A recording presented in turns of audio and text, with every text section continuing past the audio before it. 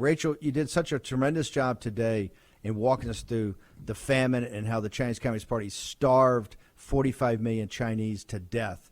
Talk to about right now. What do young Chinese think, particularly the diaspora that have gotten out of China, when you see these American companies, American celebrities, Wall Street, this fawning coverage by CNN, the fawning coverage by Time Magazine? What is it like for Chinese who understand the oppression and the totalitarian nature of the Chinese Communist Party? What is the feeling of you and your generation when you look at this?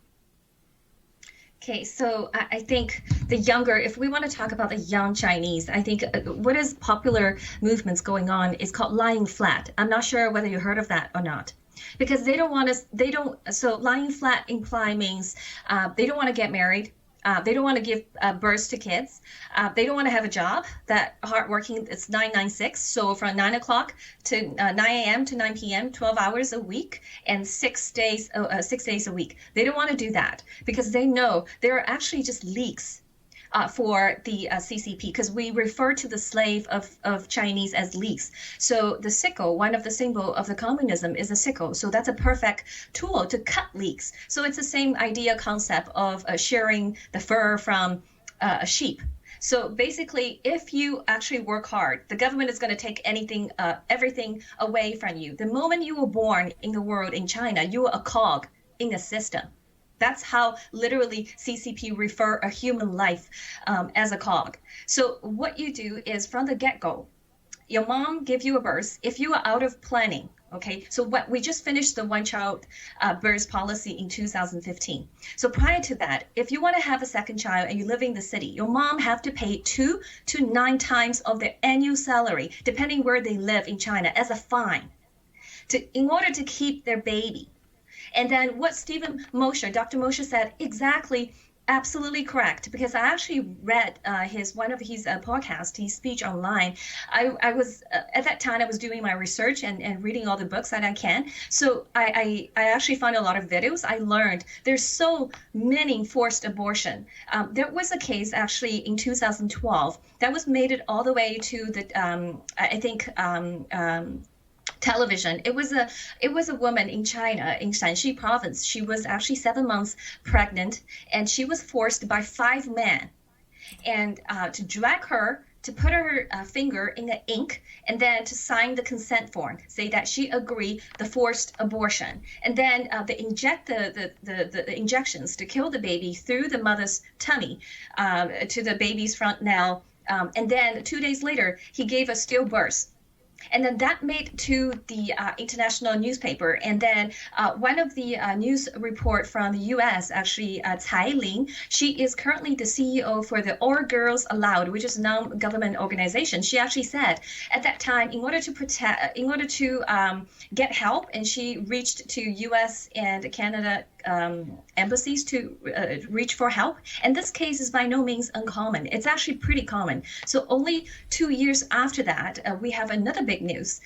This time, the woman actually pregnant 8 months in Fujian province. But a lot of those news was covered. People don't know.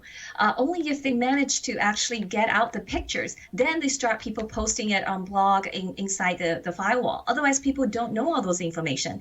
And it's very clever of the husband of the wife who was forced to be aborted in 2012. He actually took the baby, which is dead baby, and then put it besides his wife, and then took the picture, uploaded it on the blog. That's how the news break out. But because right now the CCP has upgraded their surveillance capacity and technology, those things will not happen. People simply just don't know what's happening in China, and people are dying every day. For example, so the healthcare, it's a big issue for China, because right now the Chinese government claims 95% of Chinese have covered by the state-funded healthcare program. But that's a total lie. The reality is, in China, a lot of people, especially rural people, and I'm talking about more than half of the people in the country are actually belong to the rural household registration. And if they've diagnosed with a critical illness, and they have two choices. One is waiting to die without medical care attention, or the other choice is they can sell everything they own and to pay for the expensive diagnosed treatments and medications. So only these two choices. And one of the report actually found the mainland China mentioned that 60% of Chinese right now, in the last 28 days of their life, spent 60% of their savings. But I think that number is already underestimated, because I think they only include the city dweller, not the rural population. So where did the wealth go? If you look at the GDP, it tells you on the World Bank data from the CCP self-acclaimed data, in 2018 they spent about 5.3% GDP on healthcare. But if you look closer, these are total spending, which including the 50% of private out-of-pocket spending. And but that still, let's look at the data. Like any data from the Chinese Statistic Bureau, you really need to question, because these are made up data a lot of times. Rachel, we've got to bounce. We're going to have you back next week. But next week, what I want to do is talk about solutions. I know you're part of the new federal state. This is a group that's been set up to say, hey, there's an alternative to the Chinese Communist Party. Want to start talking about solutions next week.